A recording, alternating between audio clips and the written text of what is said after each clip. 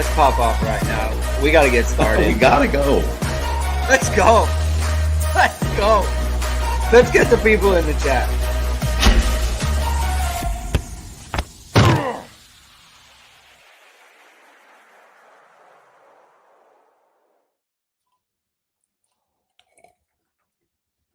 Hello, everyone, and welcome to Hit and Hustle from IrishSportsDaily.com. I'm your host, Greg Flamong, and with me, as always, is Jamie Uwayama, Mr. Jamie University. It's Tuesday, October 10th. We have another mailbag show for you today, talking mostly about the Notre Dame offense. When I say mostly, I mean like 85% of the questions are on the Notre Dame offense, but it's very topical. And Jamie and I have been poring over the film the last couple of days, so we have a little bit more insight to share into our thoughts on what's going on there and what Notre Dame can do, especially on the heels of Marcus Freeman's press conference yesterday, talking about offense and execution versus play calling and that sort of thing. So we can get into all of that. So thank you, everyone, for tuning in. If this is your first time catching us, either live or on replay, appreciate everyone being in here live as people start to trickle in. Please like the show. Please subscribe to the show. And please hit the notification bell so you know that we're going live. Links to our podcast are in the description below. So if you prefer the audio form, that's available to you as well. Jamie, there were so many questions in the when I initially posted the link on the website. People asking about God and whether he likes Notre Dame, and where do we go if we die? And is Notre Dame good there? Is Notre Dame good in heaven? So that's where people are at right now. Their mindset, a little bit dark, a little bleak. But one thing that you can do always, Jamie, is whether you believe in God or whether you don't or whatever, to each their own. You can certainly dress like a god while you're on Earth. With ESQ clothing. King of the Segs. There you go. If you're looking to upgrade your wardrobe, ESQ has created the world's first bamboo dress shirt. It's crafted from high-quality bamboo fabric. It's the softest and most comfortable shirt you'll ever put on. Not only more sustainable than cotton, also feels cooler, has stretch, is odor and wrinkle-resistant, and it's even machine washable. You've seen ESQ's one-piece collar bamboo dress shirt on all of Notre Dame's top players and coaches. And it's the perfect shirt for Notre Dame's business meeting or heading for a night out. Use ISD 15 and get 15% off all online items. That's ISD 15 for 15% off. Drew is here. Thank you for being here, Drew. Always ask a question on the Mailbag show, and he is here live. Got you guys on in the background. That's perfect. Thank you for being here, Drew. CFB Hertz says, don't know about heaven, but I can attest that hell is real. It's called being a Notre Dame fan. The vibes are less than immaculate, Jamie. So before we go ahead, just got to mention CMAC. I am pumped for puck drop tonight. He asked if because hockey's starting, and I got Bedard in a keeper league, so I'm feeling good. Keeper league, what is that? Is this playoffs, Jamie? No. This is just NHL. It's just starting right now. It is just starting. Okay, it's just starting. Okay, the Kings are actually decent. Come on. I'm a mess, Jamie. Frank from UHND. He's we're trying to plan, or like last week we were trying to plan our pod schedule, and he's like, I got the Phillies tonight, game 1. I was like, game 1? Is it like the playoffs? I was like, I guess it is. It's October, so that makes sense. It would be the playoffs. The Dodgers, they're doing great. It's good stuff. And you know what, man? I don't know what it is with me and my football teams. Well, obviously, as you know, Jamie, lifelong Ravens fan, and I just got to deal with this terrible situation out in Baltimore. 7 drops, multiple drops in the end zone. Punts blocked for safeties. That terrible Steelers offense beats my lifelong Ravens. It really is terrible. It's so bad. And I'm dealing with Notre Dame now, and I'm dealing with the Ravens. You know what? Put Kyle Hamilton in at receiver, Jamie. I've seen clips of him playing offense in practice. Put him out there. Is they going to make him practice with a rugby ball like everybody else, or have you heard about that? Or that No. The Ravens receivers coach made them practice with a rugby ball, and that's why their hands were getting too wide when that's why they're dropping the ball so much. Yeah, it's great. Practice with the ball you're going to use in a game, Yeah, please. maybe use a football. Yeah. Feels things are really bleak in my football world, but we're gonna press on, Jamie. We got a lot of good questions today, a lot of like highbrow questions. I'm excited about that, especially when it comes to play calling and play calling versus execution and game plan and stuff. There's a lot going on there, so I'm excited to get into that. So let's get into the first question that is not related to the Notre Dame offense, and this comes from Mavs coach. With the weather forecast for Saturday, how much of an impact do you see it having on the game, and which team would it favor? And so before we get into that, it's supposed to be pretty windy. We're looking at gusts in the 25 miles an hour, pretty consistent, between like 10 and 15 miles an hour as well. So that's difficult, right? Wetness and rain, wetness and wind causes for a lot of problems for any offense, passing game specifically, Jamie. So, what kind of impact do you think it has, and who do you think it favors in this instance? I mean, I think you would look at, if you're talking about who's got the stronger arm, to cut through the wind, you would say Caleb Williams. Yeah. But you'd also say that, I mean, those SC guys, and I know they're a lot from all over the country, but they're not guys who are used to playing in bad weather. They've definitely played in a lot less bad weather games than the guys from Notre Dame. So I would say that from that respect, it favors Notre Dame. And you'd say, okay, well then if it's going to be like a kind of slog it out game, that would favor Notre Dame.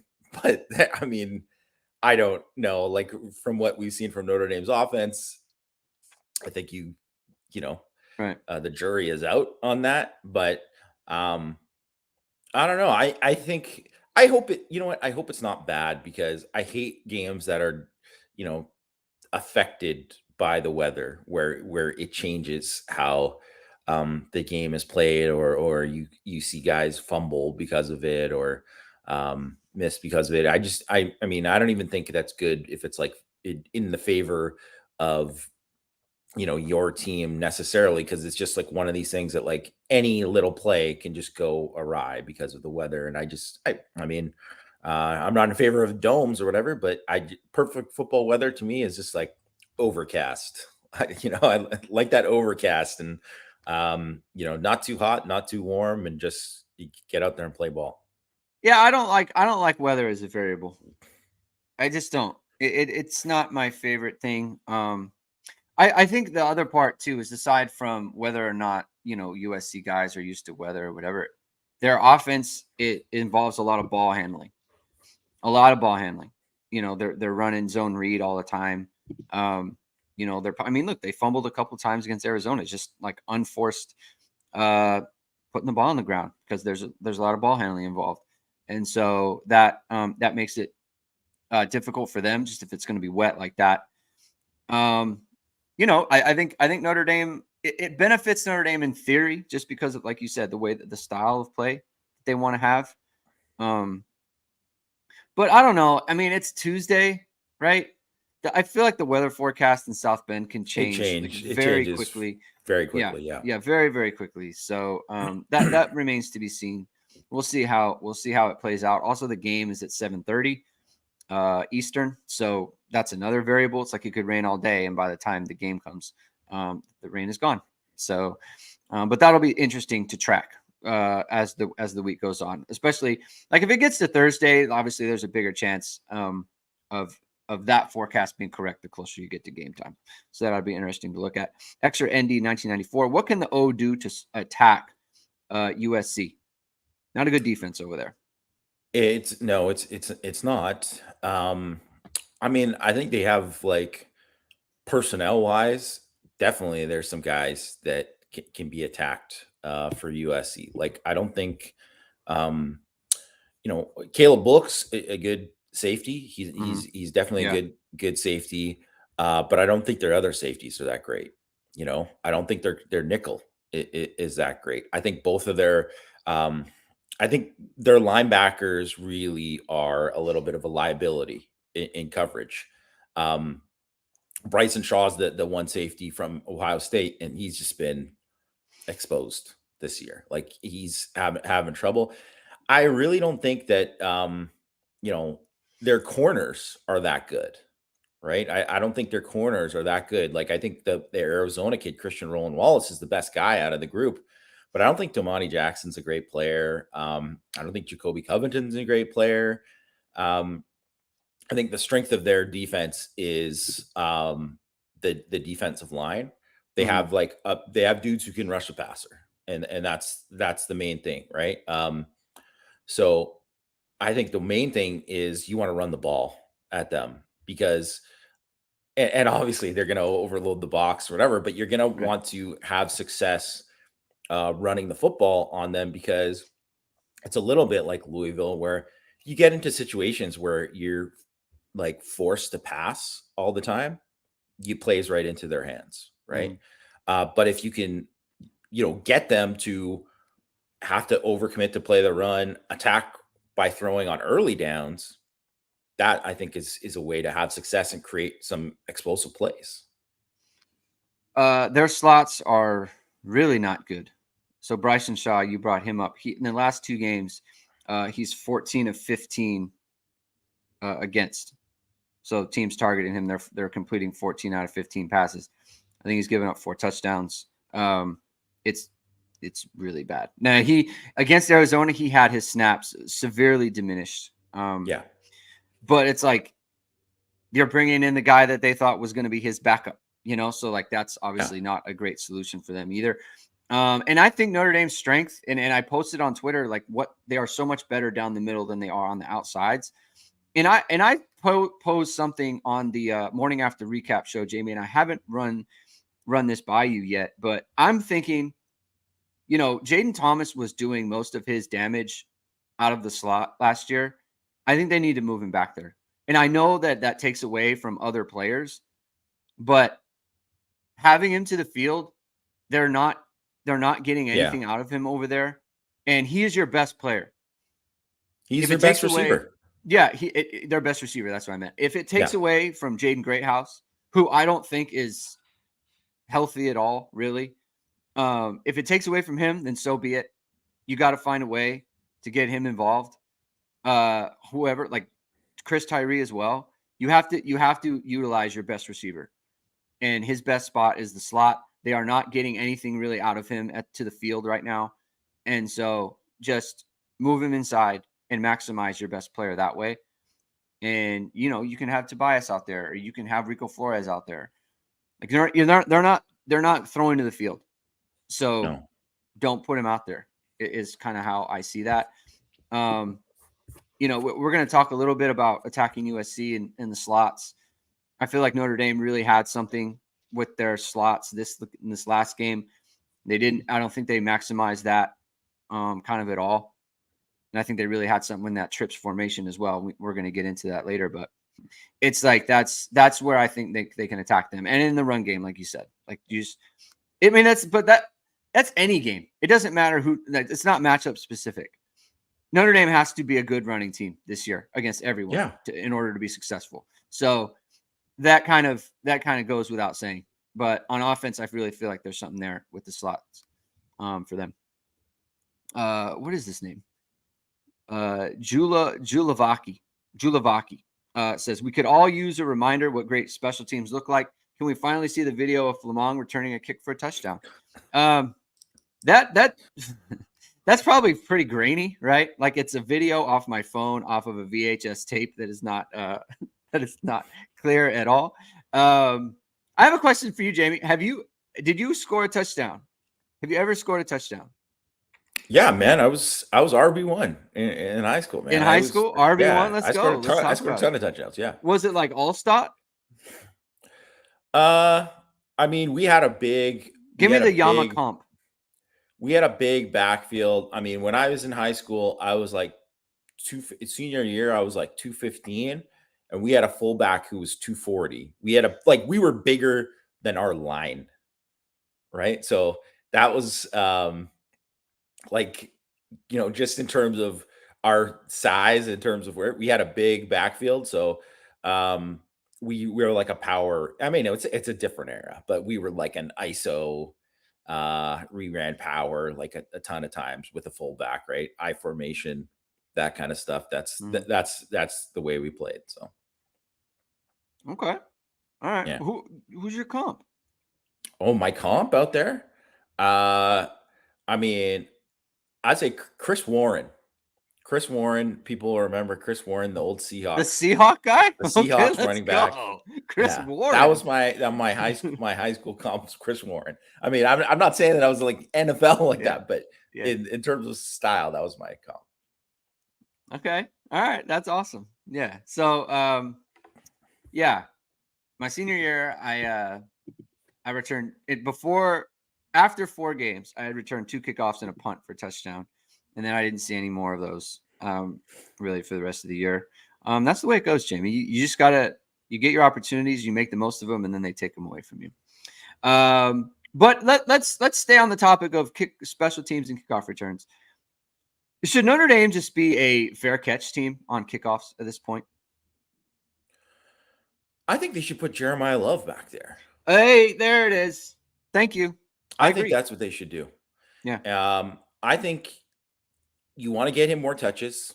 That's an opportunity to get him more touches. I think that's what you do is you put him back there and he's your main kickoff guy. Or you put Chris Tyree back there because Chris Tyree has taken a kick back to the house. Yeah. In a college football game. And I also, that kind of leads into, I think you got to replace Chris Tyree as the punt returner.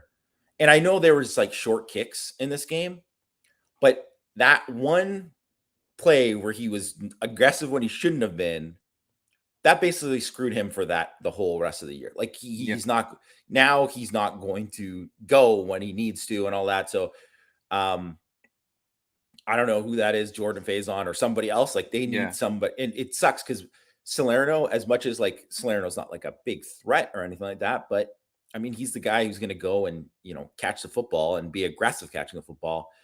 They're losing yards doing that all the time. And I mean, I will say that like they have come like fairly close to blocking a couple punts. Mm-hmm. And so I think they should continue to be aggressive there, but they need somebody different back there because I don't know how many yards it was. Like you could probably total it up to like 80 yards in this game of how much extra they lost from it. Ga Wang, founder of ESQ Clothing, he is texting me every day or every game about Chris Tyree returning punts. He's like, Greg, get back there, return the punts. And it's and I always tell him like, it's just not good. He's not comfortable. He's not. And honestly, that is more important than like being a good returner in today's college football, because you rarely get one that's return worthy. You just don't. And he doesn't have a good feel for it. He's clearly not confident with it. Like Marcus Freeman told him like, hey, be aggressive. And he took that advice and completely did something totally out of pocket with it. Like, no, that's not what I meant. Like I said, be aggressive. Don't be ridiculous, So it's like, I mean, great house. I would try him there. He's a sure-handed guy. He seems like a sure-handed guy. He did it in high school. He seems very confident too. I mean, with the hamstring, that's obviously difficult, but I don't know. It's currently not a good situation. And speaking of Jeremiah Love, and I don't think we really have a question about this, so I'll just I'll bring it up now. I think it's time for the 5 running backs thing to just be kind of done. You have, I think your most, it's been 7 games. Notre Dame's most productive running backs are Estime, Love, and Jerdarian Price. And it needs to be those 3 guys. And because here's the thing. It's not that Jabron Payne has been bad. That's not it at all. Devin Ford hasn't really had much of a chance, but like, he's also like a 5th-year guy from Penn State who didn't really play at Penn State. Been good on special teams. Good on special teams for sure. Absolutely. But like, okay, what have you seen from Jeremiah Love where you think, you know what? They need to take him out in short yardage. Nothing. He runs Nothing. hard. He runs hard. He breaks tackles. He's difficult to get down, right? And Reads the this hole isn't well. just reads the hole well. And this isn't to say that, like, on the one play where Jabron Payne got blown up, that's not his fault. That's not his fault. Yeah. Everyone's getting blown up on that play. Not if not the guy who Blake Fisher let go, then the guy that Raritan let go. Yeah. Like there are two unblocked players in the hole there. So that's a problem. But like I just think that you have to maximize your best players at this point.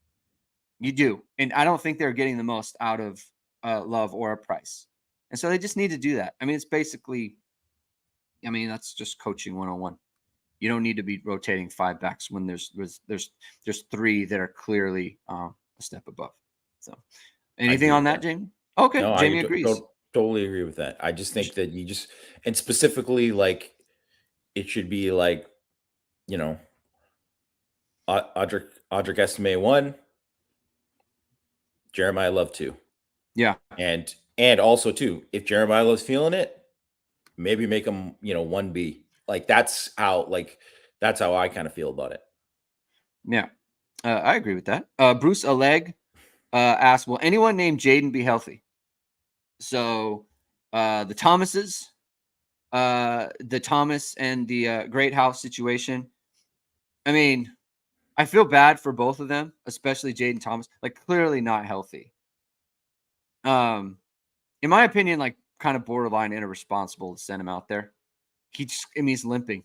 It's a hamstring, Jamie. If he pulls it again, you lose him for the rest of the year. It's done for the year. Yeah.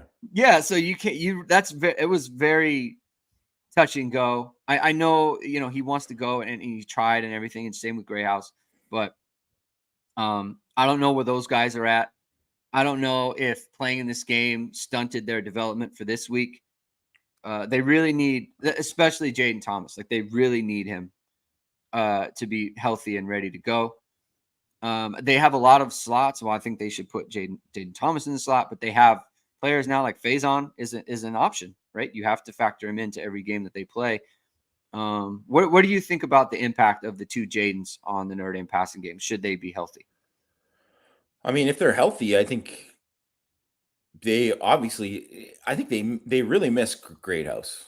Yeah. I think they really, really do. I mean, obviously they miss Thomas too, like, but they miss Greathouse because he has been a guy that they're like, it's 3rd down, let's drop a play for Greathouse. Like they've done that this year. Like there's a trust with him. And I think, they feel he can win a one-on-one against like a safety, right? Like that's one of those things that they, you miss if you don't feel like you have that guy that you can go to there, because Tyree isn't that guy for them, right? Like he's different than that. So, yeah. And then I think with Thomas, like, I think they miss him. Like you said, I do think his best, the problem is they got too many guys. Their best position is the slot. And, but they need to find a way to feature him if he's healthy. And also he's a really good, someone mentioned it way up above. Ryan did. He was the first before the show started. Good call by Ryan. Yeah. Thanks, Ryan.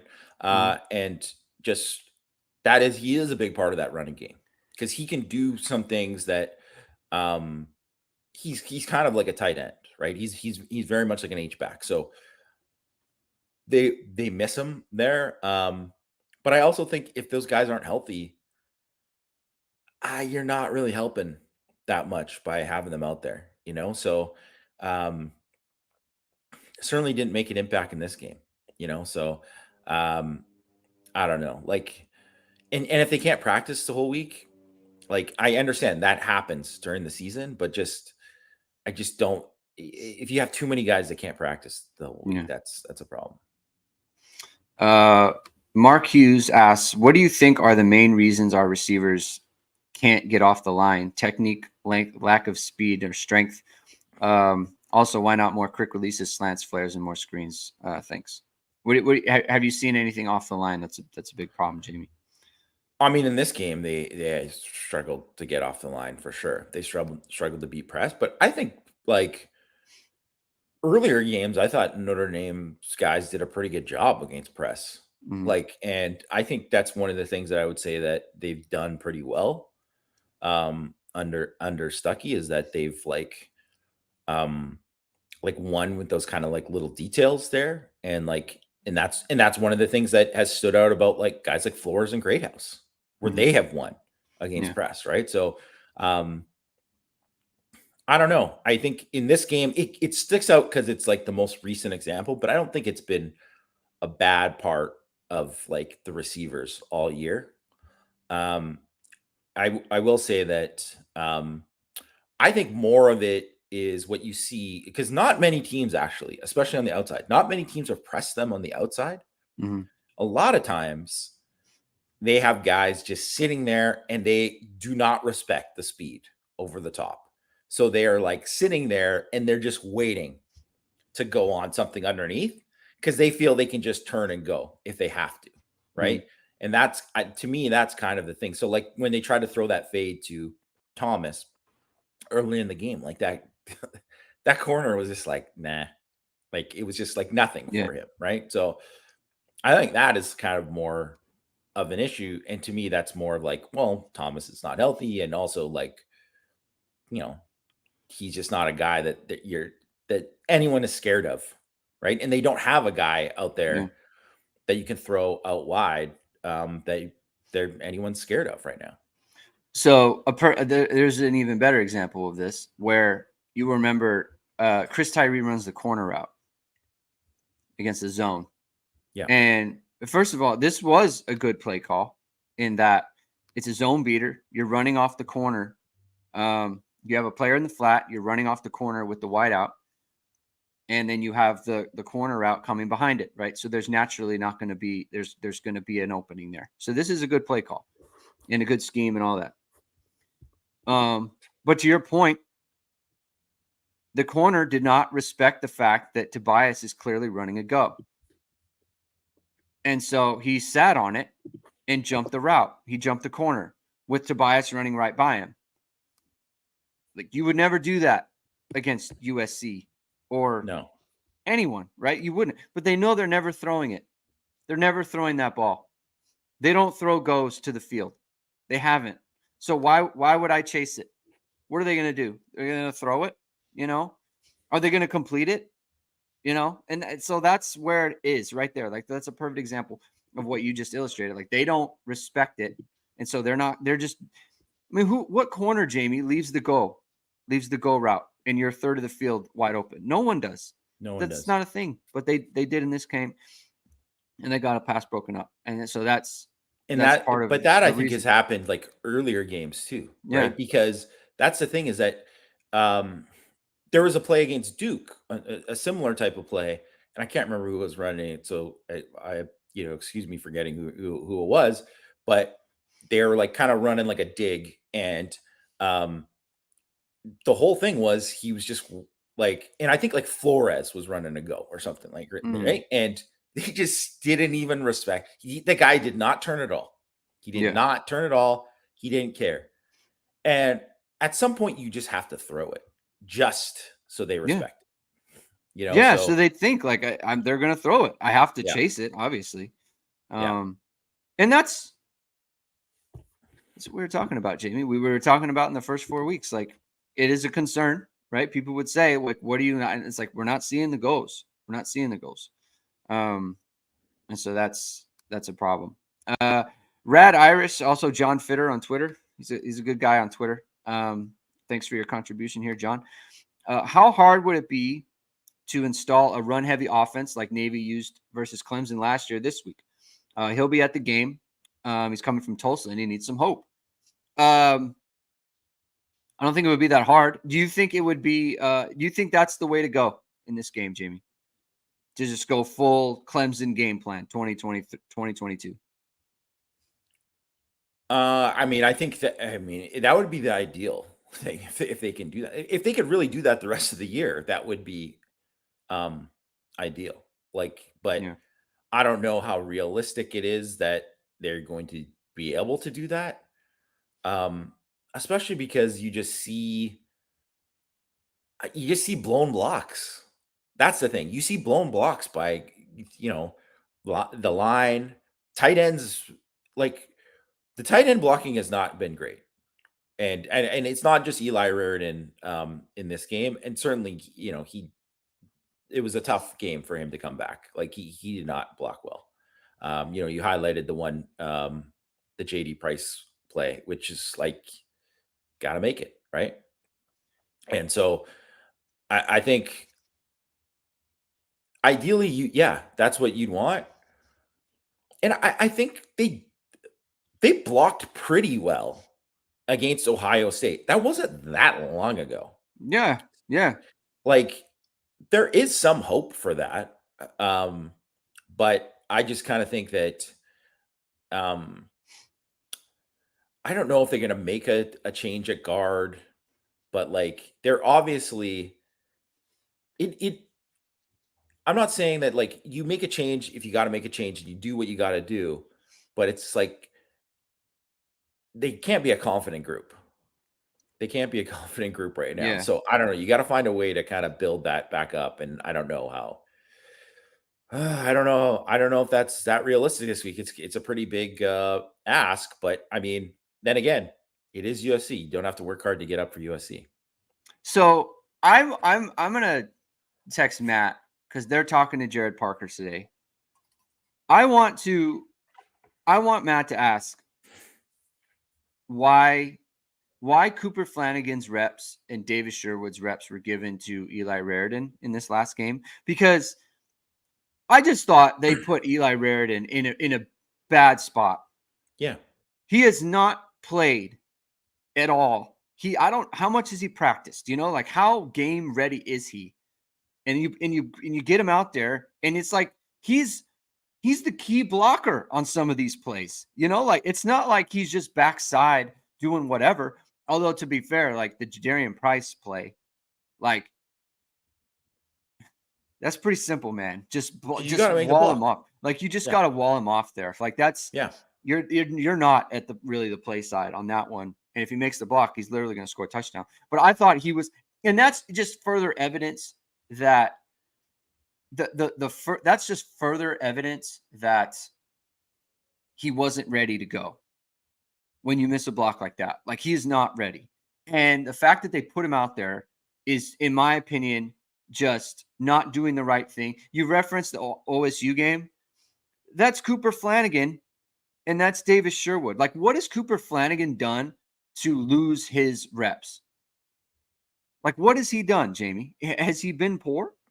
No, I think he's done a good job. Exactly. So, like, I don't understand how he just gets replaced in the lineup and then he gets his reps and then he doesn't do a good job.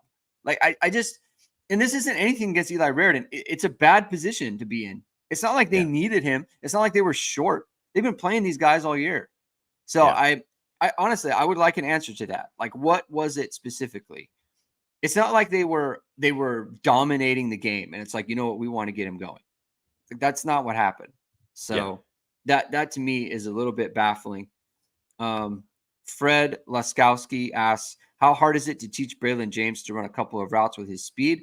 It doesn't seem like it should be this difficult. So we've heard this before, Jamie, with a number of wide receivers. A number of wide receivers.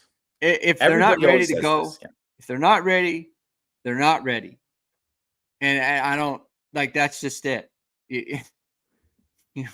I don't know what it looks like. I don't know. Like there was Tobias last year. Just throw him out there. Now everyone wants him out of the game. Yeah. Jordan Johnson, Braden Lindsey, Kevin Austin, on and on and on.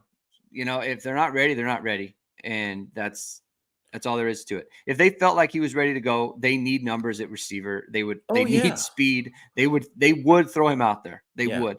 They obviously don't believe it's the right thing to do. And also, it's one thing to be like everyone. It's always the great in theory, like throw that guy out there, just get him run a go route, right? And unfortunately, Chris Brown ruined it for everyone. He really ruined it for everyone because he caught that ball against Oklahoma. But really, he's the list, right? Or you could say Golden Tate that one year. But even then, Golden Tate, he only really did it. He had kind of like had one game. You know what I mean? Like, And it was also 2007, and they were awful. yeah, they were awful. They Yeah. were So they were just terrible. like grasping at straws. Like, and and we also don't know. Everyone always says, like, man, Braylon James, why don't they throw him out there? Well, I never saw Braylon James just cooking people in camp or whatever. I don't know that he's doing that at practice right now. So if he's not cooking people, like he's not showing it, then why would they put him out there? You know, it's like one of those things to just be like, yeah, he's fast or whatever. Like, why do you think Faison got the opportunity and James didn't? Well, he's obviously more ready. And we did see Faison beat more people than whatever. That's why all the people were getting hyped about Jordan Faison, right? So, Yeah. I mean, if you're looking for Braylon James, his name is Jordan Faison. That's who the Braylon James of this offense is right now. Yeah. Yeah. But maybe, right? I don't know. They might try to get him going. They might try to do that. I'm just saying it hasn't happened they obviously don't believe he's ready. Or I shouldn't say don't. They haven't believed that he was ready to and this go. happens at every school too. So whatever. Whatever. I don't want to get on the question. I'm just like, the question is fine. It's totally fair because everybody, I mean, who doesn't think that way? Because everyone wants to be more explosive. It's like, why don't you get this more speed on the field? Yeah. But it'd be like if Jeremiah Love wasn't playing and people were like, why aren't they giving Jeremiah Love carries? And it's like, well, I mean, probably for a reason, right? And now you've seen it, so now you're like, give this guy the ball more. That's fine, right? But it's just not. It's not as simple as just like this guy runs this. So like, as Brent Smith, didn't Braylon James run a 4.47? It's like, a lot of guys are fast, but it's like, is he gonna run? Is he gonna get a release? Is he going to adjust to the ball? Like, are you just wasting it? Like, there's all of these things that go along with it, right? So yeah. All right, PD9. What needs to happen for Notre Dame to win this game? Also, if Notre Dame does lose, what does that say about Freeman as a head coach, both short and long term? So I guess, what needs to happen for Notre Dame to win the game? I mean, what do you say to that, Jamie? First of all, I mean, they have to execute like way better than they had against Louisville on offense. They have to be more creative with what they're doing. To kind of design plays when things aren't going. They have to be more explosive on offense. And I really think like the other thing is on, because the defense obviously has played well and they've been hung out to dry by Notre Dame. It's like almost like it's a very much an afterthought, but I mean, the defense better bring it because this is the best offense they're going to play all year. And Caleb Williams is the best quarterback. And I don't think he isn't playing as well as he was last year. He's definitely not. So that's one thing to kind of keep in mind. Doesn't mean that all of a sudden he can't have like the greatest game of his life here. right? Yeah, But he isn't playing as well. Like he's not Houdini. He's Houdini's apprentice this year. Like he's not quite escaping as much and making just as ridiculous of plays. And that's what kind of like last year's PFF grade on pressure was like better than most people with a clean pocket. And that's not the case this year. He is having more trouble, and the line isn't as good as it was last year. So that's another thing, right? So, and frankly, they do have. I mean, they have a ton of talent at receivers. It's not to say they don't have a ton of talent, but I also don't think they have a first round guy who's going to be first round next year, like Jordan Addison. So that is also something too, right? So they have to play really well and really disciplined on defense. And I think you have to get a couple turnovers. I think that's going to be important. Huge game for the linebackers, Maris Yes. and Bertrand. I mean, it's huge. It's a huge. Yeah. I mean, they have to play, maybe their best game, something to that effect. You have to find a way to either A, turn them over, or B, get Caleb Williams on the ground. And the easiest said than done thing that's ever been said. Like, he is very difficult to get on the ground. Their whole offense is based around that you can't get him on the ground. I mean, how many plays did he make like in the game just last weekend where it's like the play's over, it's dead. They've lost the play and he finds out to win, Yeah. And that's his whole thing. To me, this is a good entirely front seven game, at least defensively for Notre Dame, is like you have to win up front. If they lose up front, they have no chance. No chance if they don't win. No chance. Yeah. It can honestly, even a stalemate up there is just not going to work. It's not good enough. No, you have to win. They have to dominate up front. You have to dominate the matchup. And we say that every year, and we said it last year, and they got crushed. So it's just like that's the task. But that is one of the reasons why they beat USC for so many years during the Brian Kelly era, because they were better than them up front. Yeah. That was 100% a thing. So that has to happen. That has to happen. Yeah. And on offense, like, look, your efficiency has to be great. It has to be first 4 games level of efficiency. When you get the ball, you need to put it in the end zone. Field goals in this game, like, it better be like a 37-yarder on like 3rd and goal or 4th and goal because you got backed up or so, like some weird stuff happened. It's got to be like 4th and 16 or something like that to be kicking field goals in this game. It's just not. That's not the way to go. And granted, I say that maybe the weather is really bad to the point where it's like any points are fine. The flow of the game, gotta see it. But But generally speaking, like get field goals out of your mind. Like none of these 54-yarders. You got to be aggressive and going for touchdowns. And so that's how it's got to happen, in my opinion. If Notre Dame does lose, what does that say about Freeman as a head coach, both short and long term? I mean, short term, obviously, it's not good. You lose to Louisville, and then you lose this game. All of a sudden, you come out. You start 5-1. You have a game that you should have won against Ohio State, and then all of a sudden you got 3 losses. Right? Like 5-3 is not good. That's not good because then, as the best you could do was 9-3 the rest of the way, or like 10-3 really if with the bowl game. And I mean, that to me is very much like a Brian Kelly, like early Brian Kelly, right? Like that's kind of where you're at, and that's not where you want to be. And I think the team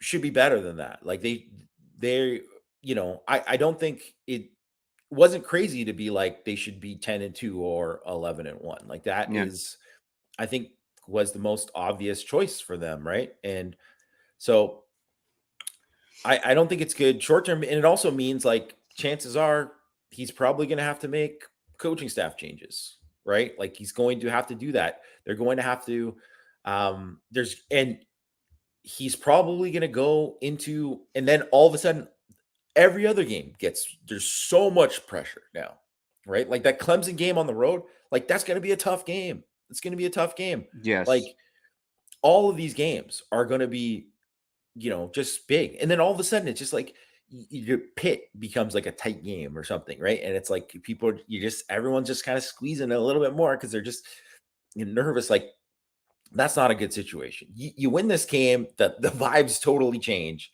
on Marcus Freeman, and the vibes change in recruiting as well, right? Like right now, like you lose to Louisville, that doesn't kill you in recruiting. But if you lose this game after, and then all of a sudden, the rumblings get really loud about, oh, they're going to have to make changes and this and that and whatever. And like, I mean, there's already that kind of stuff, but then it'll start becoming more of a topic where nationally they'll be like, people start knowing Jared Parker for the wrong reasons, and that's just not what you want to have happen. It's not to say that they might not make changes anyways, even if they do win this game later on, but it's just bad for the short. It's just really, really bad for him and the program short term. I mean, long term, he could still lose. He could still lose, and they could still have like kind of a so-so finish to the year. And it doesn't mean that it's over for him because you've seen plenty of coaches that have done it. Like Brian Kelly is an example of a guy who's had that. Dabo, right? Like Dabo, he's the original reboot, right? Like made some major changes to his staff, and it, reshaped what they're doing. Bringing in Brent Venables was like a huge thing that kind of changed what they did. And so they could be fine. They could be perfectly fine long term. So I don't think people should overreact to it long term, although I know people will. But short term, yeah, what everyone says short term, I think that's true. I mean, things always build on each other, right? So like you said, short term, it'll be real bad. I mean, it'll be bad, right? And people will say he's in over his head. I mean, look, people said it last year, and then they went on to win a bunch of games, and they beat Clemson, and then that shifted, right? Like that, the way people thought about him and the way people felt about him shifted. So like time always takes care of that sort of thing. The same thing for like Jared Parker. Like Drunk Vigo says, if Jared Parker can't score touchdowns against USC, he needs to be let go. Whether he needs to or not, like Marcus Freeman is not the type of person who's just going to be like chill. He's not going to accept, what he's seen. And like, for me, this is a bigger game for Jared Parker. Like everyone gets over on USC. Everybody does. Yeah. It's a huge game for Jared Parker. So if Notre Dame can't, I mean, you can't look at, there's no other way to look at the last 3 weeks and say that the offense just generally is not getting it done for whatever reason.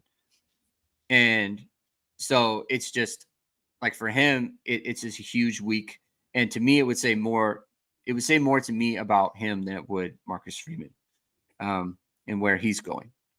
But that remains to be seen as well. Like the way we feel about Jared Parker, he come out with a great game plan against USC and, light them on fire.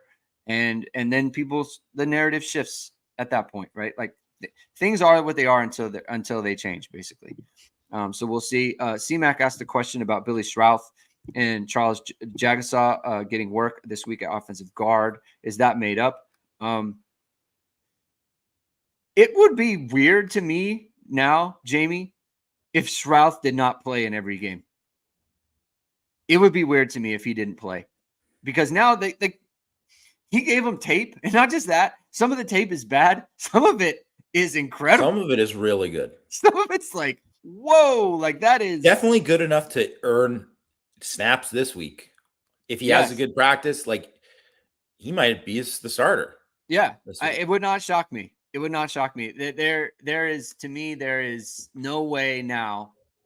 I don't know, the Christophic thing with Carell. That's weird. Like that part was weird to me. Very strange. I'm not saying Carell like he did not play well against Duke. I'm far from it, but he probably earned a little bit more leeway there than definitely the guards. Yeah. And he's played better than the guards mostly, right? So and you want to mess around with the center operation? I think that was a huge mistake. But in terms of Jagasaw, I think I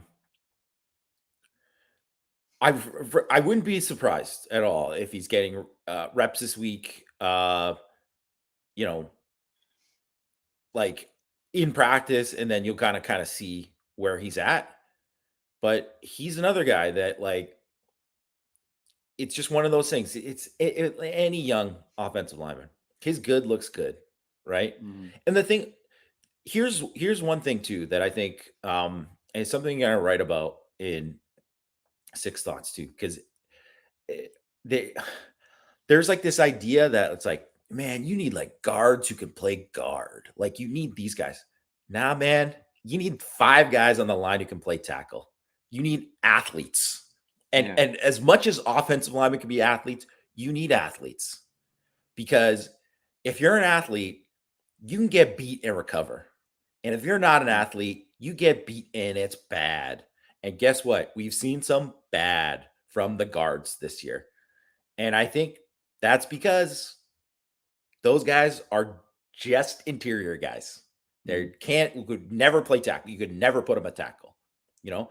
And the thing is with Jagasaw, and I think even Trouth really could play tackle. I'm not saying those guys would start a tackle, but they could, right? And it's just like Quentin Nelson could have played tackle. He could have, right? Alex Bars did play tackle, right?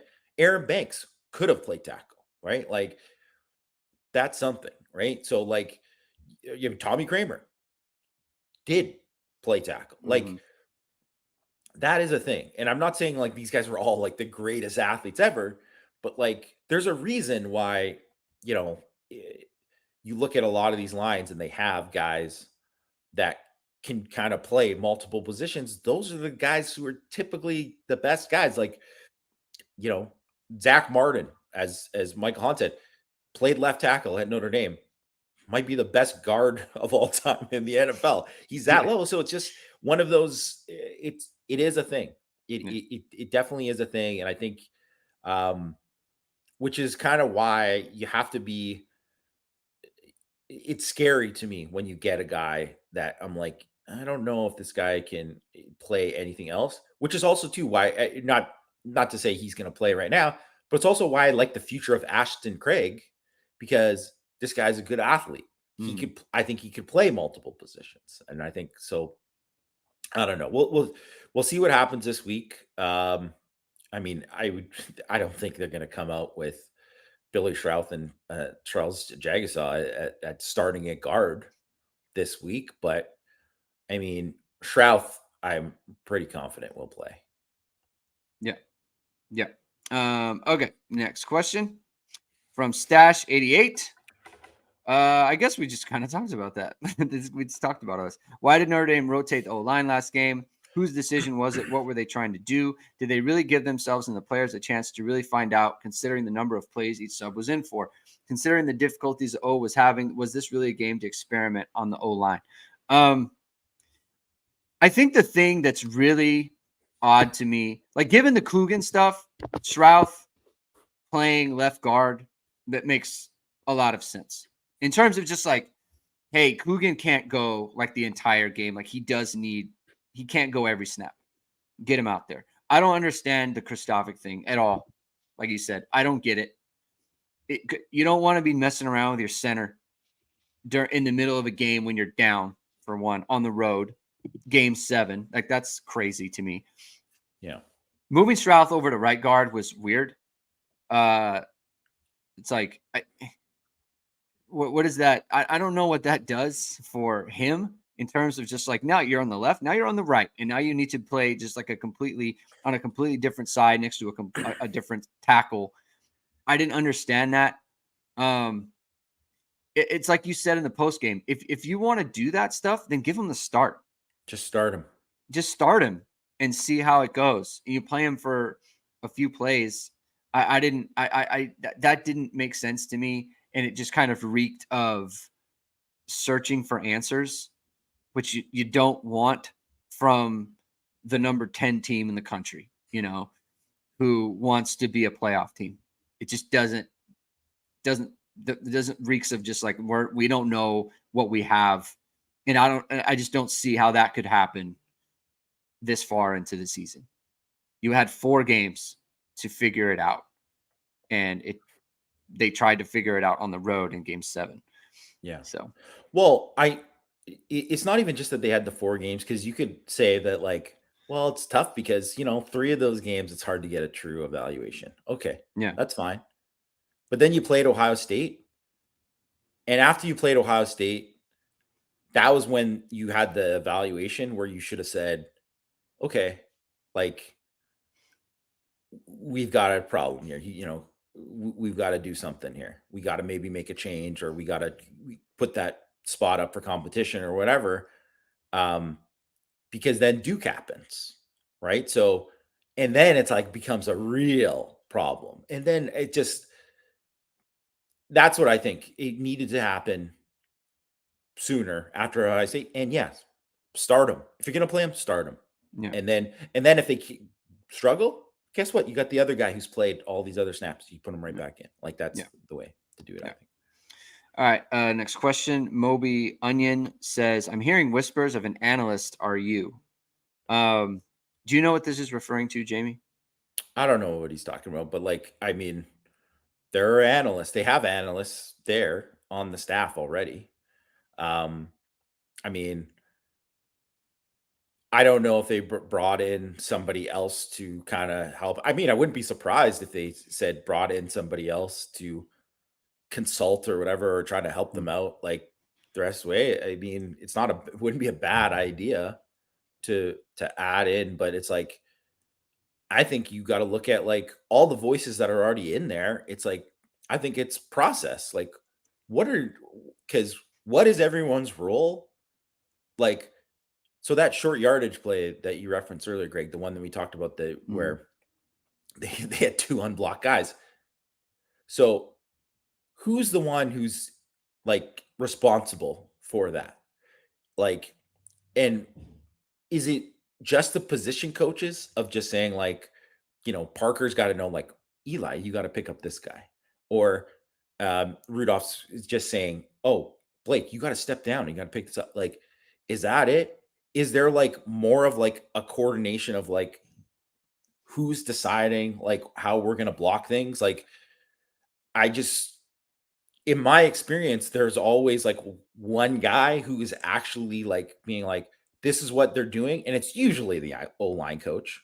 Mm-hmm. So that includes like with the tight end suit. And it's like, this is what they're doing.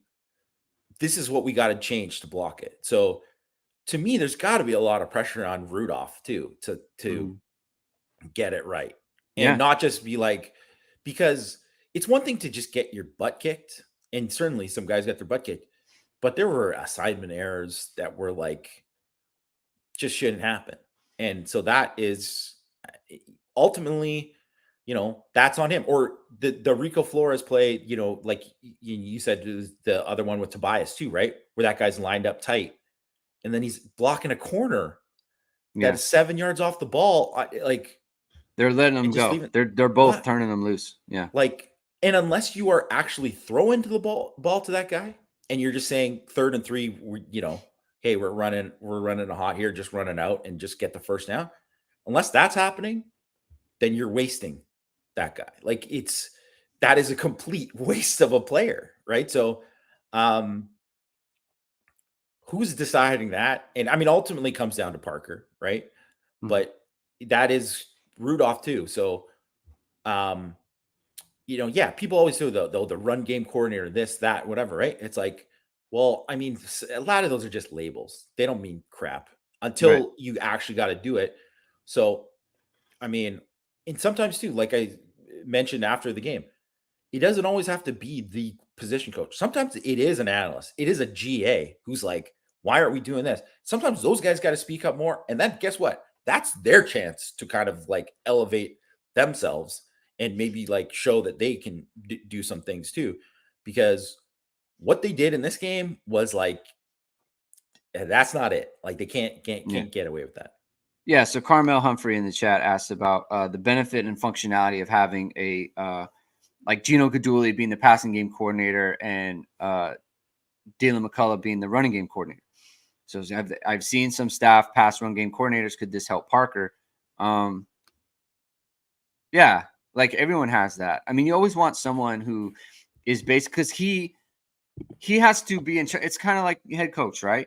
Like the head coach has the offensive and defensive coordinators to help him, with the offense and be in charge of that stuff. And the offensive and defensive coordinator wants another coordinator to be in charge of, the passing game or the running game, so that like they look at it and they have their analysts who look at it and say, these are the concepts that we think will work against this team this week. And they've advanced scouted and they've looked at all that stuff. So when they come in on Sunday or Monday or whenever that may be, and say, okay, these are what we think are best for us to run this week, and then they implement it. And then someone asks a question about like all that. So you go over those things, you collaborate as a group, you come to an agreement, and you say, okay, this is what we're going to run this week. This is how it works for our personnel.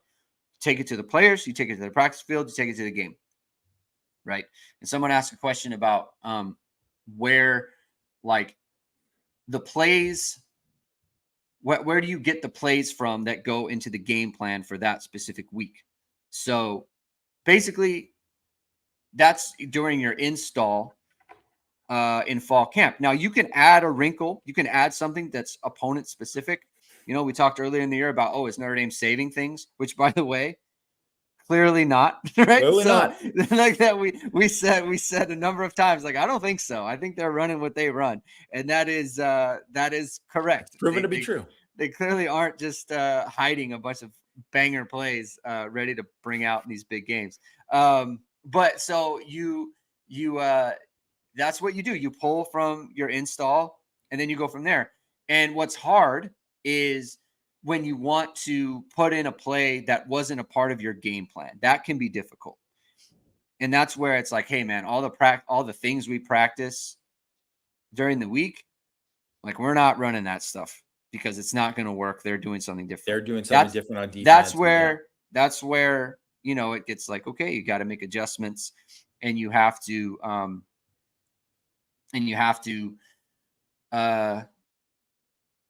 do it on the fly at halftime, on the sideline, draw up a play and say, this is what we're going to do off of this, which I'm going to get to later. But you always want to have, you always want to be able to delegate responsibilities, right? And that goes towards, the offense or defense, or if you own a small business, Jamie, and if you own a business, you want to delegate your social media, your media game, your videos, right? We delegated, Jamie. We needed an intro for our show, and we delegated the video intro to VSR Media, which was founded by Notre Dame football pregame host and Emmy Award-winning anchor Vahid Sadwazadeh. VSR Media provides professional and cinematic video and photo. Whether you're looking for a collegiate or pro-level highlight reel, have a personal story to tell, or are aiming to diversify and grow your business, VSR Media specializes in short and long-form video storytelling, social media management, and website design. VSR Media also captures professional headshots, senior, and sports photos. Contact them at vsrmediacompany.com and mention Irish Sports Daily to receive 20% off your first project. Visit them online or give them a call at 574-800-9106.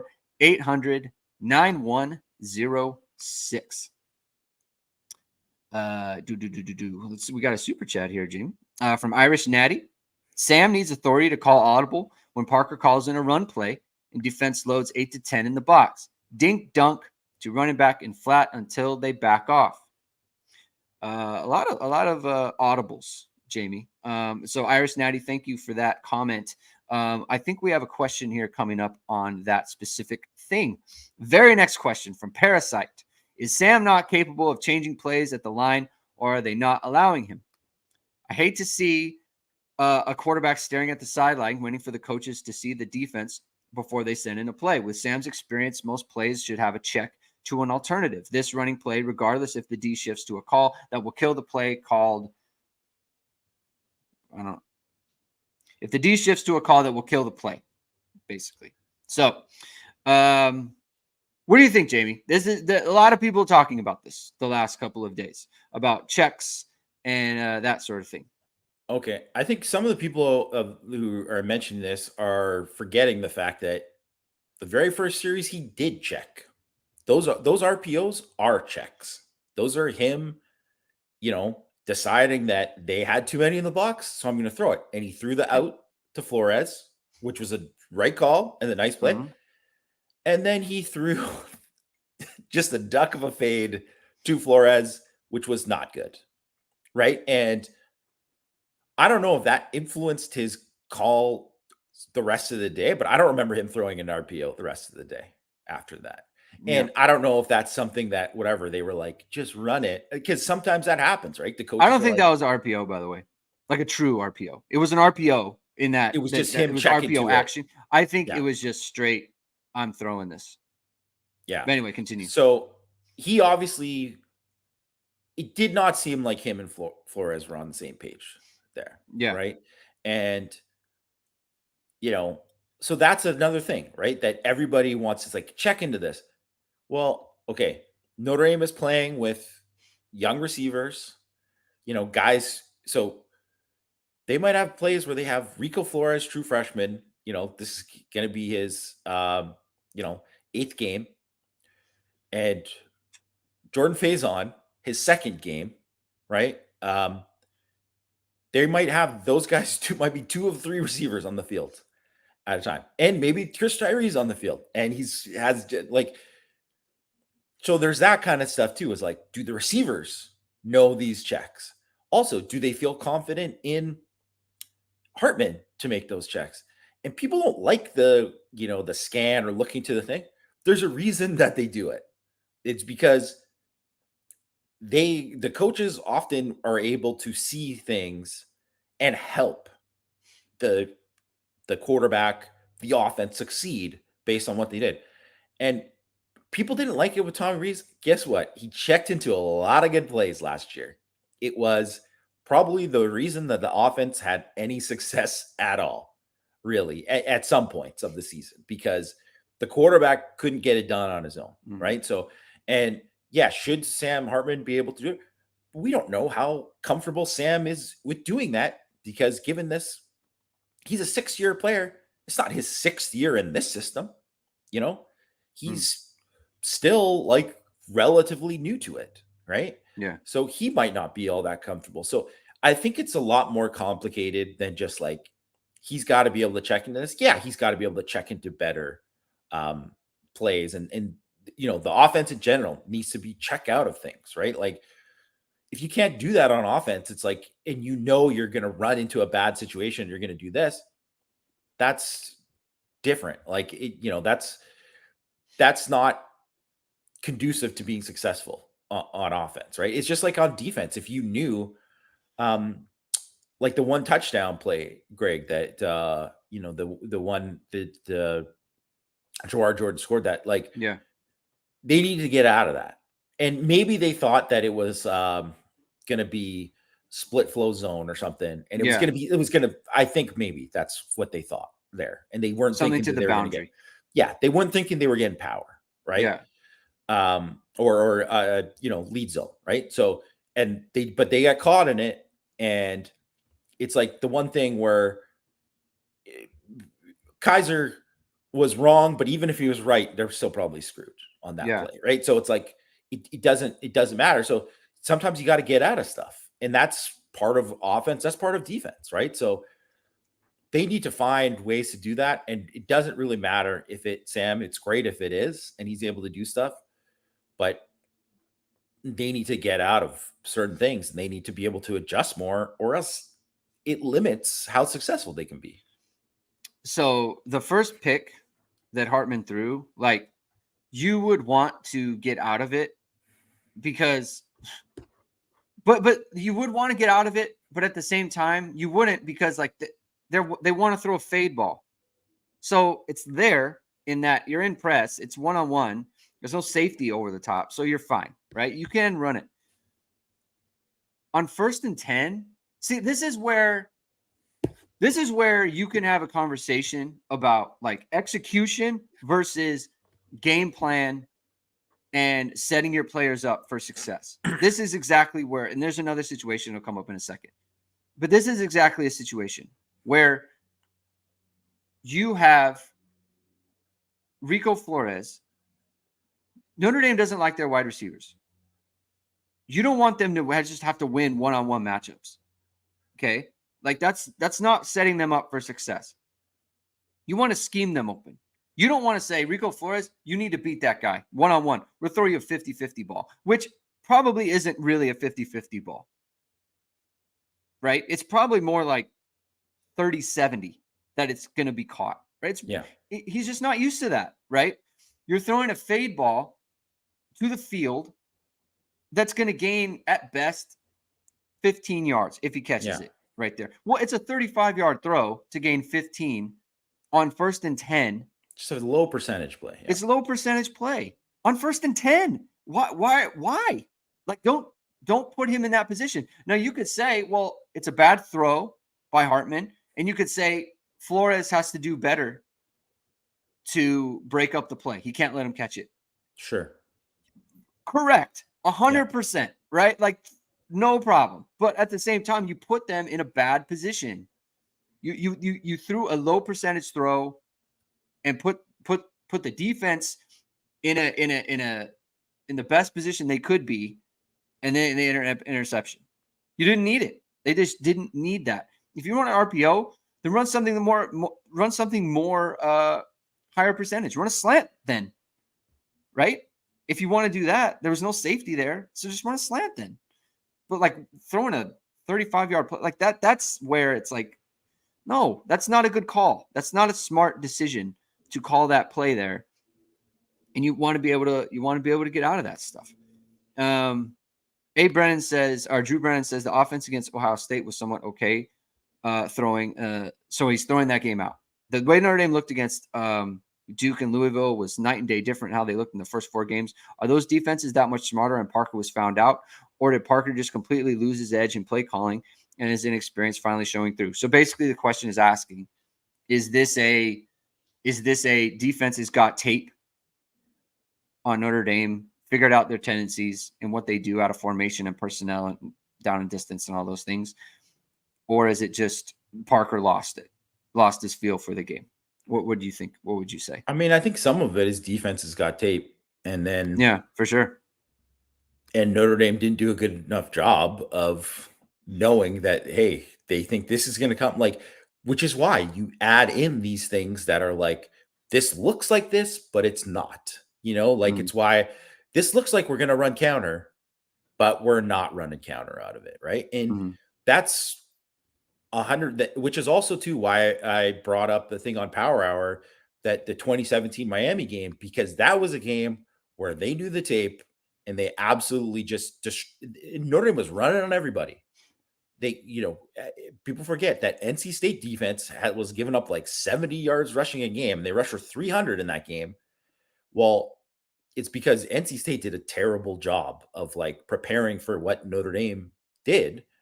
And really, like with Miami, it was like, they're going to run that pin and pull stuff. Like they're going to run counter Trey. Like we are crashing that down hard. And they just absolutely did it because Notre Dame never ran any counters off of it. And then they didn't run counters off of it till the bowl game when they played LSU. And they ran, like they did influence stuff off of it. And they scored on that. They ran, little counter looks with the quarterback, running, keeping it on there when that happened. And they got big plays out of it. And then it forced LSU to be like, nah, we can't crash that down anymore because that's, they're not doing this all the time. Right. So I think that's just something that, I'm not saying, because obviously Chip Long, that was like a lesson learned for him too. Right. And so I'm not saying it doesn't happen to everyone, but it's like, you kind of got to know that. And you have to do a better job self-scouting and adding pieces to what you're doing, or, things off it, different kinds of play action stuff. Like they pull these guards all the time. Other than they will pull a guard on a screen and just throw a screen. But I'm like, they don't run anything based on that. Well, off of what they're running when they run that screen, then they're pulling like Coogan and throwing a screen to the left. They're not really that doesn't look like any of their runs. So it's just influencing them with the guard. They don't do enough that stuff that looks like what they're doing in the run game. And that is a problem. So in that way, I think Parker kind of did lose his edge, because it's like, you got to know that stuff. Right. And also that's why too, where people put it on Parker, and I'm not saying he's obviously the guy in control of it, but there also has to be more within the staff in general to be like, so what are we doing off of this now? Right. Like everyone can be hunky-dory and like each other, but you got to have hard conversations with each other and be like, we got to switch this up here because they're doing it. And that, I mean, Dylan McCall has coached for a lot of years, and I'm not calling him out specifically. I'm just saying he's coached for a lot of years. So he's a guy that should be able to speak up and use his voice and say like GP, we got to do something else here. Like we need another counter off this, Yeah. because if we're just doing that, and like, but I mean, I don't know. Maybe he has, maybe he hasn't. Maybe other guys have. Whatever. We don't know. But it's just like, the other thing is that, like, Gaw was in the chat, and he said like Marcus Freeman is much different to with the media than he is with team, and that's so true. Like, they're having way harder conversations. Like, he's not throwing anyone under the bus um at the Tuesday or Monday press conference. Yeah. But I mean, he's not like being Mr. Positive all the time when things are bad. He knows when things are bad. He's calling people up because it's going to be, him out the door if he doesn't.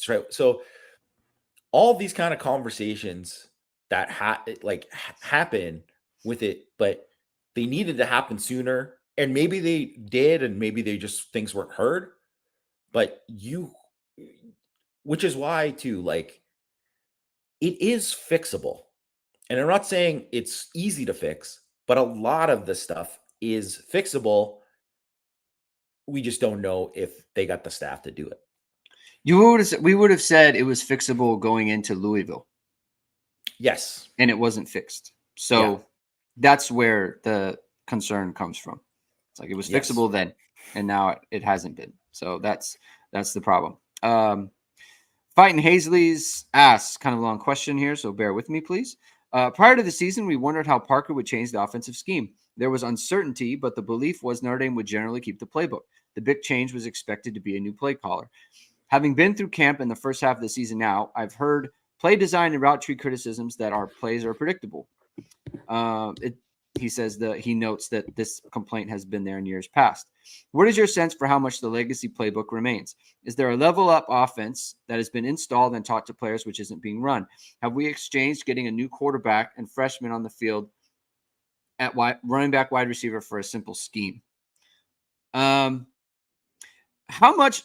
I think it's fair to ask how much. This is a good question, by the way. Yeah. How much do you think that losing, because I feel like maybe losing Thomas and Greathouse from this perspective has hurt Notre Dame the most in terms of what they want to try and what they can do offensively? I think that kind of stuff is totally fair to say that is a real thing, right? Like, where, because let's face it, when how there were like things in the Central Michigan game, right? Because JD Bertrand didn't play in the Central Michigan game, and DJ Brown didn't. And I know, whatever, there's a lot of stuff with DJ Brown. I mean, certainly he's hasn't put out a lot of great tape since that Ohio State game, right?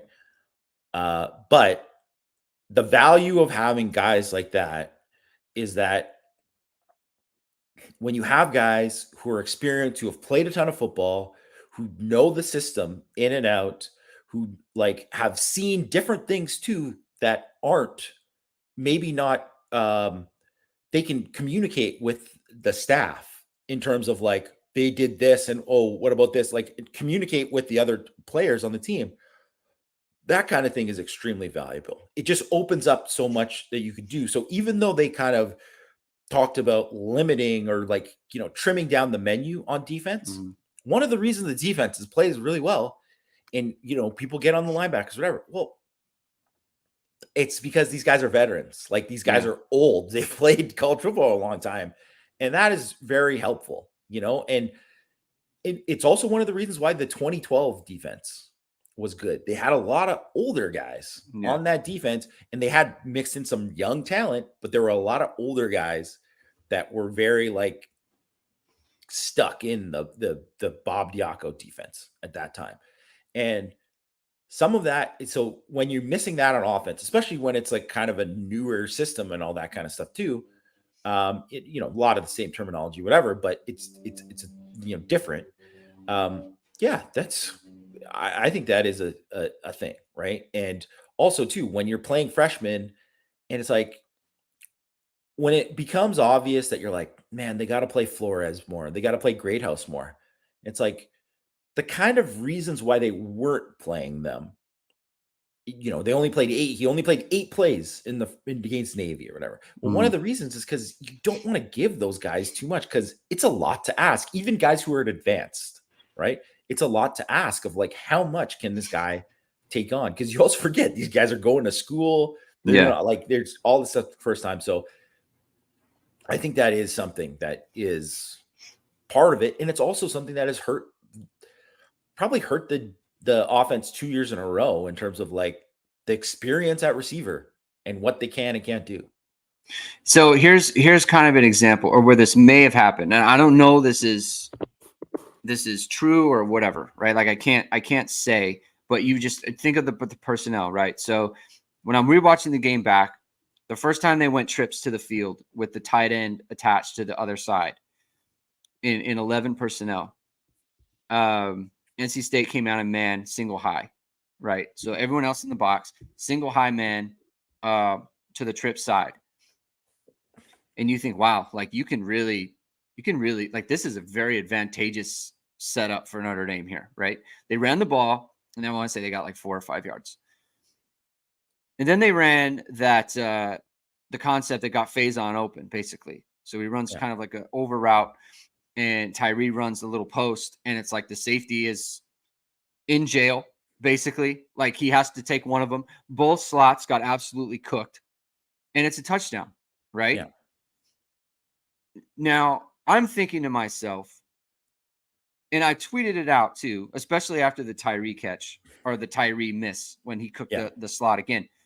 I'm saying to myself, okay, this is the key, like right here. Like you need to take advantage of this over and over again. Like remember in 2021, Jamie, when Notre Dame got up against Florida State 38-20 in that game. And then they found that formation where they were basically in 10, but they had the wide receiver to the boundary basically attached, like really close to the tackle. So he was kind of like playing a tight end position, but he's up in a wide receiver spot. And that got Notre Dame into a defense that they felt was very advantageous to them. And they ran it over and over and over again. And Notre Dame could not stop them. They didn't have to huddle. And it was basically like whatever defense Notre Dame calls here, if they're in man, we're going to run this. If they're in zone, we're going to run this. We're going to do it over and over again. That was available to Notre Dame. It was.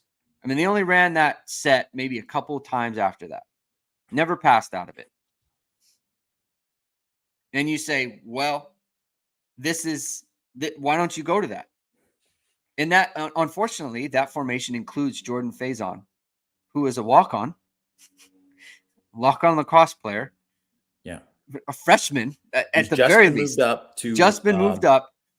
You can't, it's hard to build an entire offense in your game plan and play fast with him on the field, right? Yeah. Does he know the checks? Does he know the audibles and that sort of thing? It makes it very difficult. Now, what they could have done is they could have said, okay, at halftime, you build up this whole offense or whatever, right? But like, you're asking, I don't want to say you're asking a lot, because it's major college football and they're getting paid a lot of money to solve these problems. But it is a problem, and it is something that they need to deal with. I still don't think that they did enough to take advantage of that, but it is a complicating factor for sure. And okay, this is the one thing too, just kind of bringing it back to that point about like kind of taking advantage of like getting into the, you think that this is something you're going to go back to. Mm-hmm. And this is what I don't really, and that's why I was like, man, I think Jared Parker, like they might have hit on something here because of how they approached that NC State game. Yeah. And they were like, we got this, like, oh, they're doing this. And there's a reason they hit that play so many times. Yeah. Because they're like, oh, they didn't adjust. We can attack this. And that's what you do. That's what good offense does, right? Mm-hmm. And the Bucky Brooks calls it, where's Waldo, right? You find the point, that the guy, you find the weakness, and you just say, we're going at him. It's just like Well, when Shaw's in the game, it's like, guess what? They better find a way to go at him. Like that is part of football. Mhm. Right. So a big part of it. So yeah, but it is something where it does make you think that maybe that is a limiting factor with all the inexperience. Yeah. Mavs coach asks how much of the failures on offense due to play calling and how much is on the failure of players to execute. So part of offense, the thing about offense is, I would say the majority of plays, you can always point to execution if it doesn't go wrong somewhere.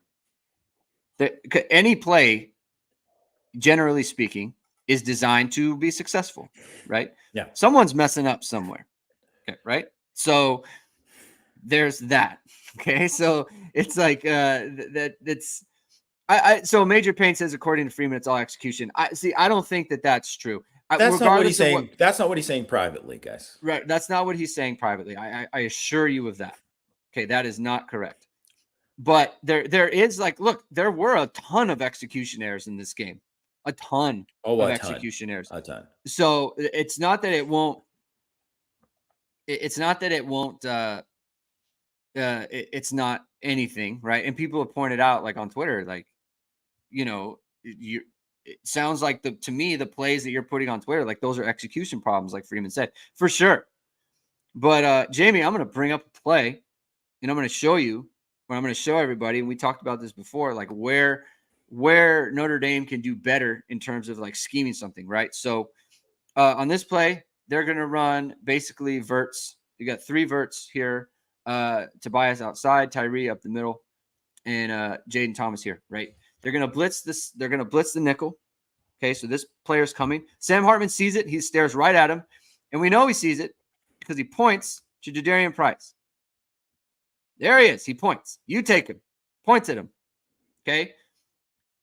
Now look, you have Chris Tyree running at this safety who is at 12 yards and is coming up. You have all this area here to work. You could run an out. You could just run a stop and throw him the ball. And then he has all this space to work with. You can do all those things. They don't throw hot. Okay. They throw a deep ball to Jaden Thomas, who is covered, right?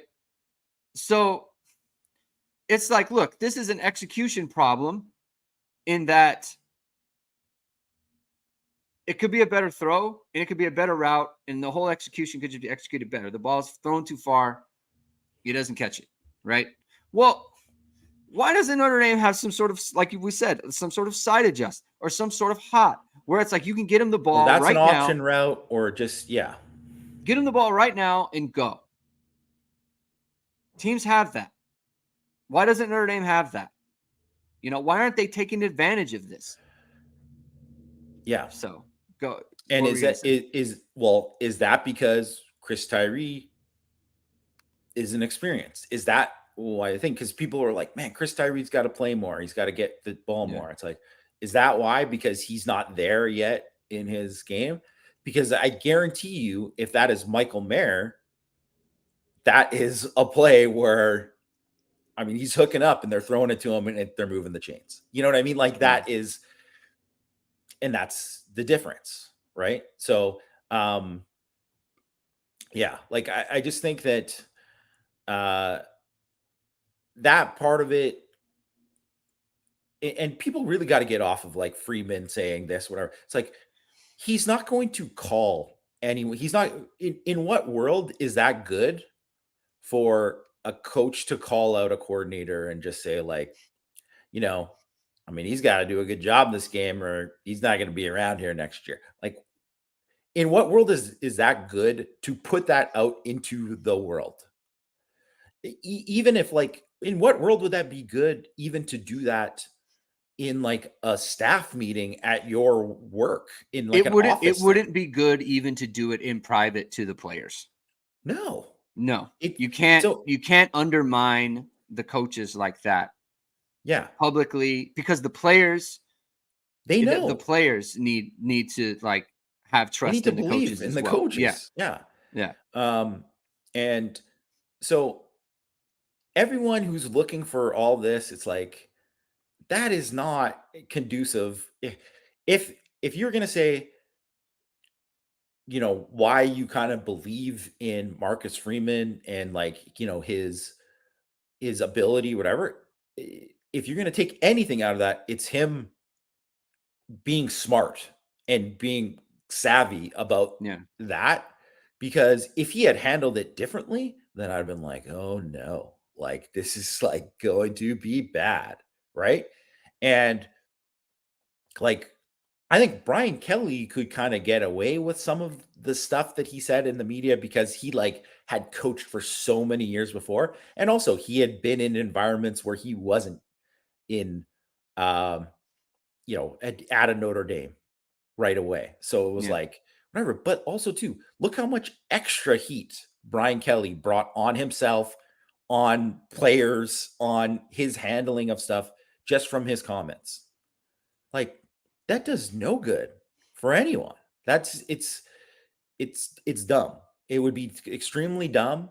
Now, if he's one of these, if he's saying it and then really like he's not thinking about all the other stuff, then you'd be like, okay, that would be um that would be a serious red flag.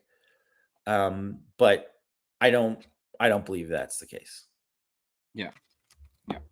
All right. Next question from Irish Bronx. What do you think of people who are writing off Marcus Freeman and saying Parker should be fired? Kind of leads into that, right? It's just like, I mean, I I don't think there's anything wrong with a fan thinking that. Like, Yeah. I have no problems with people being like, man, Jared Parker sucks. That's they need to get rid of him. Like this is whatever. It's like, of course, because there's so many people who have invested a ton of time, um, a ton of time into this. They've every Saturday means so much to them and all and everything. People listening to this podcast right now, people watching this stream, Hmm. these people care deeply about Notre Dame football. And when they think that, someone's not doing a good job, I get it. It's just why people are so hard on some players too, which is, kind of often unfair, but that's what it is because they really deeply, deeply care. So I have no problem with people doing that. But I also think, you know, it's dumb. It's not dumb, but it's not a way to do it because there's just been so many instances where you can just point to there's instances where you can say, man, was I ever right? Like, because people love to say Yeah. when they're right, but they never admit when they're wrong if they jump the gun on somebody, right? And just the reality is that like it's too early to say. It's too early to say right now on Freeman. Um, and you just have to really at this point too, it's this game obviously means a ton for Parker. It Hmm. means a ton for him. And it's the kind of thing where if Notre Dame has a great game plan this week, people should praise Parker and people Yeah. should praise Yeah. him and, go with it. But at the same time, you should also be like, which is totally fair. Oh, well, it was USC. So Yeah. let's the defense. Let's see how they do against Clemson because that's kind of the position he's put himself in at this point. Hmm. It's just knee jerky. That's Yep. all. It's knee jerky, and I understand Yeah. it's bad, So it's like, and you don't know, like that's all the evidence you have at that moment. It's like when it's trending down, it's trending down, way down, and then when it trends up, it trends up, and then people their mood shifts, and you start to have hope again. Rajon says, not a criticism of your analysis, but it sure sounds like we have a bunch of players who don't think the game very well. It's kind of like you think the game better when you're more experienced and older. I think that's what it is. It's It's so just like it's some guys are just like when you're older, you tend to think holistically about what you're doing out there more so than you are when you're younger, and it's like you're just thinking about your thing, executing your play, and not thinking holistically about the game itself. Um, And we were kind of talking about this before the show, Jamie. I mean, look, Sam Hartman, 6-year player, has never been an offense like this. No. So there's another one where it's like, Yeah. is his inexperience, was his inexperience in an offensive like this and assuming that he would pick it up maybe the biggest hole in like preseason analysis? Probably. Especially for me. I'll just speak for me personally. Like I just assumed that it would get figured out, and it just there in many ways it has not. And that's that's just the reality in my opinion. Yeah. So But also just kind of what Rajon said too. So Jeremiah Wosu-Koromora is perfect example of a guy who like he did not have it figured out right away. And it wasn't just that he was whatever, but like in his first year that he started, I mean, people saw him with those really bad run fits in that first Louisville game. They also saw a guy who can make plays, but there's a reason the reason he didn't play on third down had obviously, and it went in 2019, obviously had nothing to do with the guy's talent. It was because they were like, he doesn't know like he didn't know the everything. package. He didn't know all the packages. They couldn't play him in that role, which is kind of insane when you think about it, because everybody just thinks like now all they think of Buckus winner, man. This guy was just like so instinctive and so this, whatever. It's like it took him a while. While he was already playing.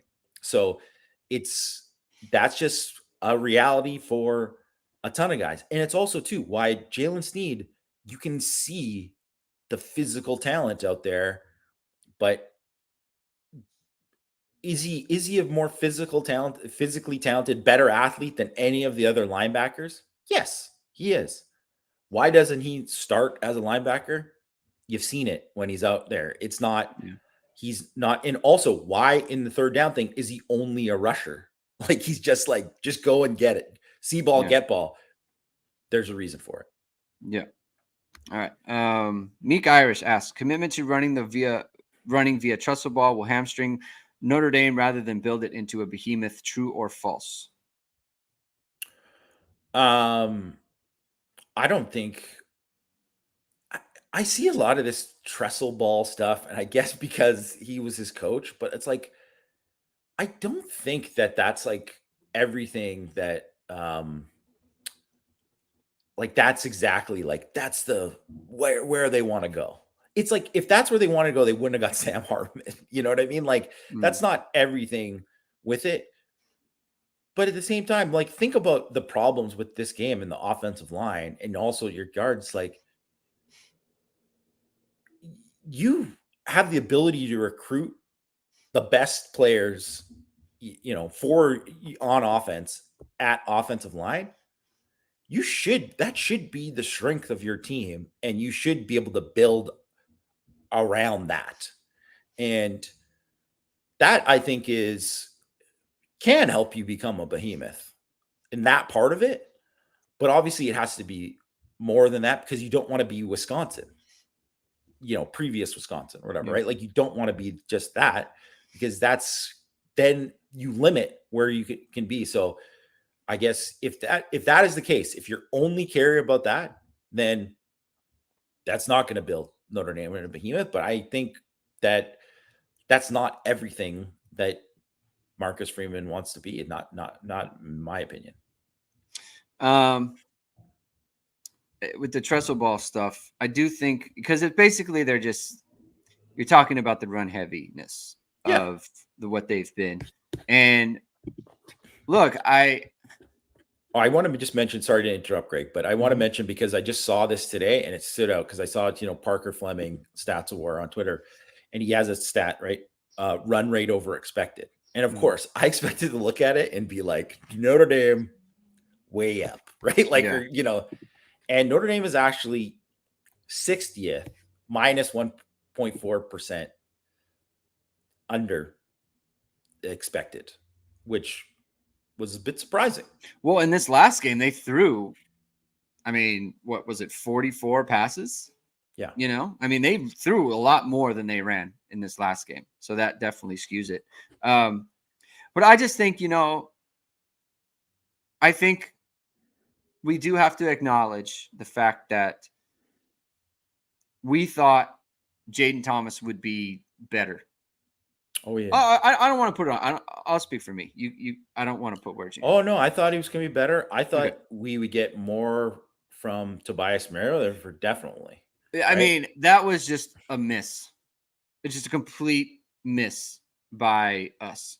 I thought he'd be way further along. I thought he'd be way further along. Yeah. I thought they would be like the go balls that they refused to throw. I thought they would throw those a lot and they would be available, and they're Yeah. just not. They're just not. And I mean, I can say that I didn't expect Mitchell. I mean, I expect Mitchell Evans to be good, but I didn't expect him to be this good as a receiver. Yeah. So, I mean, that's like one area where whatever, but it's also like you can look at personnel and you say, like, I expected the guards to be better. Yeah. Like, just because I think right now you would take Josh Lugg over either of those guys. And certainly Josh Lugg, I think, was last year was an above average guard, but certainly not the standard for Notre Dame at guard. And they haven't been above average. They've been, I think, average, probably at best, really, is what you would say. And I expected Blake Fisher to be better. I don't think Blake Fisher has gotten better this year. Like, I don't think he's not playing at a level. So someone mentioned about like, well, Fisher's going to be gone. Hey, there's no way Blake Fisher, he can't go unless he just like wants to get out, period.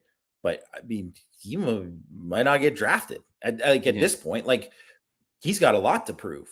So he's certainly not going to be a high pick, So, I mean, Alt, I think, will go, like, no doubt, like, whatever, right? Like, he could come back, but that's, it's not out of the question that he could come back, but he will probably go and be a first round pick. But I mean, Blake Fisher is not going to be a first round pick unless he's just like a completely different player in these last, 6 games of the year. Then I don't see it, right? I don't see it. So I think there's a lot of guys, and in fairness to Thomas, because obviously he's been hurt too, right? But yeah, for sure. It's not like a criticism of him per se. It's just like it's more of where you thought everything was going to be. Yeah.